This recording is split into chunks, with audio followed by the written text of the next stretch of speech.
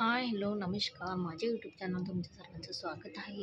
मी या व्हिडिओमध्ये फौजी वाईफविषयी सांगणार आहे.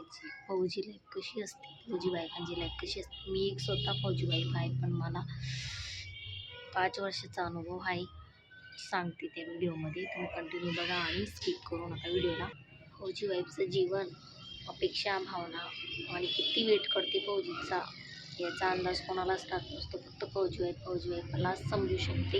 एक फौजी वाईफ होणं म्हणजे फक्त परिवार नसतो, जिम्मेदारी, गर्व, विश्वास, काय काय हे करावं लागतं. खूप स्ट्रगल करावं लागतं, स्ट्रॉंग होणं पडतं. आणि आणि या प्रवासमध्ये प्रेम, अपेक्षा, भावना खूप वेळ आणि ते कोणी समजू शकत नाही. ती फक्त एक फौजी वाईफ दुसरी फौजी वाईफच समजू शकते. ज्या असेल बायका असतात त्या कोणाला समजू शकत नाही. आणि ती दुनियेला सुद्धा दिसत नाही की फौजी वाईफ कशी राहते, काय राहते. त्यांच्या मुलाबाळांना सांभाळणं आणि आपले बिचारी फौजी, आपले माणसं किती कष्ट करतात. त्यांचं दिवसभर कामं चालू राहतात. त्याच्यामध्ये आपल्याला कॉल करणं, टाईम देणं, व्हिडिओ कॉल करणं, त्याच्यातच ते खुश असतात बिचारे. 6-6 महिने सुट्टी येत नाही. आणि आपली फौजींची एकच दुनिया आहे. आपली फौजीची वर्दी, अनुशासन आणि भारत मातेची सेवा करायची. कधी ट्रेनिंगला जाता, कधी बॉर्डरवर जाता, कधी कोर्सेसला जाता. बिचाऱ्यांचे त्याच्यातच दिवस निघत राहता. खूप काही स्ट्रगल करतात ते, पण आता ते पण काय करू शकता. त्यांची बी मजबुरी आहे. आणि जी एक फौजी वाईफ आहे ती फक्त वेटच करत असते, अपेक्षा करत असते, कधी येणार, सुट्टीवर कधी येणार. फौजी बायकांचं एकच असतं की ती फक्त वेट करत असते, अपेक्षा करत. कधी त्यांना कॉल पण येऊ शकतो, कधी मेसेज येतं ते खुश होता, व्हिडिओ कॉल येतं तर खुश होता. नाही तर कधी कधी हप्ता फोन पण येत नाही. पण त्याला कोणी समजू शकत नाही. फक्त ज्या बाया आहेत फौजी बाया त्या समजू शकतात.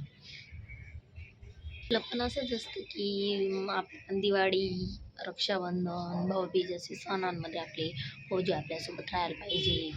आपल्याला पण वाटतं, दुसऱ्यांच्या फॅमिली बघून असं वाटतं आपल्यासोबत पण राहायला पाहिजे ते. पण नाही, राहत नाही ते. कदाचित एखाद्या वेळेस आलेच तर आलेच, नाही तर ती पण सुट्टी नाही भेटत त्यांना.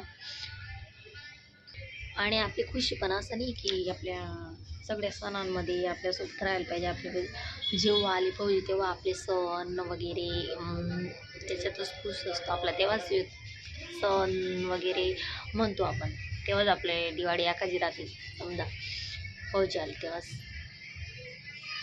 आणि आपण पण खूप खुश असतो. अचानक कधी व्हिडिओ कॉल आला, अचानक कधी सुट्टीची खुशी कुठे सॉरी सुट्टीची खुशखबरी भेटली तर किती खुश होतो आपण. खूपच आपण असं म्हणजे सांगूच नाही शकत की एवढे खुश होतो आपण सुट्टी भेटली का.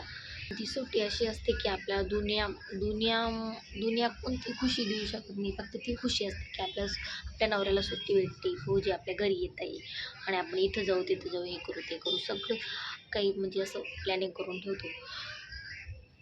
खूप काही वाटतं, पण थोडे दिवस आपल्याला पण स्ट्रगल करावं लागतं, स्ट्रॉंग होणं पडतं. फौजी वाईफला पण आपले माहेरचे लोक, सासरचे लोक पण समजवतात की नाही, थोडे दिवस करत करत सगळे दिवस निघून जातात.